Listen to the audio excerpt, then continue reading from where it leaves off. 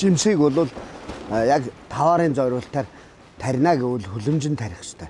За зүгээр сонирхчийн үүднээс тарихад өөрөөр хэлбэл энэ гүзээлзэгнийг гэртээ тагтан дээрээ одоо цонхныхаа тавцан дээр тарьж болно л доо.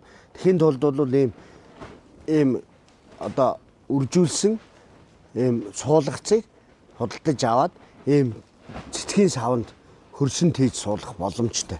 За тэгэхээр би одоо энэ суулгацыг одоо хөрсөнд хийж үзүүлэх гэж байна л да. Тэгэхээр юуны өмнө хөрс бол яг зориултын хөрс байх ёстой.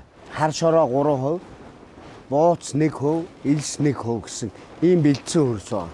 За энэ бэлдсэн хөрсөө савндаа хийгээд голд нь жоохон хонхоолоод тэгээд энэ үндсийг аль болох тарааж хийх ёстой л да. Тарааж хийгээд тэгээд дээрээс нь хөрсөөр хийж үндсээ дарах юм.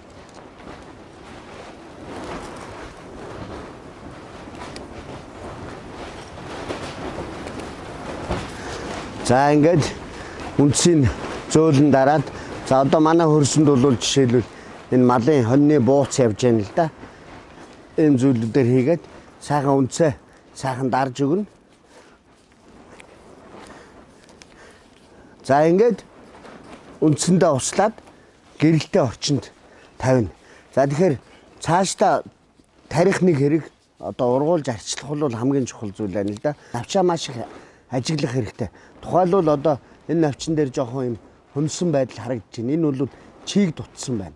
Чийг дутаад энэ навчин дээр бол хуурайшил үүссэн учраас жоохон хумилт үүсэж байгаа. Тийм учраас ус чийг нь нэмж өгөх ёстой. За хэрвээ хэтэрхий их ус чигтэй бол бас үндэс ялзрах, иш ялзрах юм. Учраас яг боломжийн одоо чиглэг байнгын байх. Гүзээлзэгэнд нэг онцлог байдаг. Гүзээлзэг нь бол бараг өдөр болгон үндэслэг ишгээд ийм одоо энд харагдаж байна ийм үзүүр нь эргэсэн навчгүй ийм иш гарч ирдэг. Энэ нь юу гэхээр зэрэг энэ бол одоо вегетатив эрхтнэр буюу үндэслэг ишээр зээлж ингэж үрждэг. Хэрвээ та жимс авах гэж байгаа бол энэ үндэслэг ишийг гарч ирсэн даруйд нь тастаж авч хаях хэрэгтэй. А хэрвээ үржүүлэх гэж байгаа бол энэ үндэслэг ишийг урт ургуулад дараагийнх нь одоо хажууд нь ийм тусгай хөрстэй сав хийгээд тэр ишээ тэнд суулгаж өгөх юм бол доошоо үндэс өгөөд дахиад нэг гүзээлзэг нь гарна гэсэн. Сайн үндэс өгсөний дараа энэ ихийнх нь хөөг таслаад дахиад нэг жимс гарна гэсэн. Тэгэхээр нэг бутнаас маш олон бутыг одоо үржүүлж авч болно гэсэн.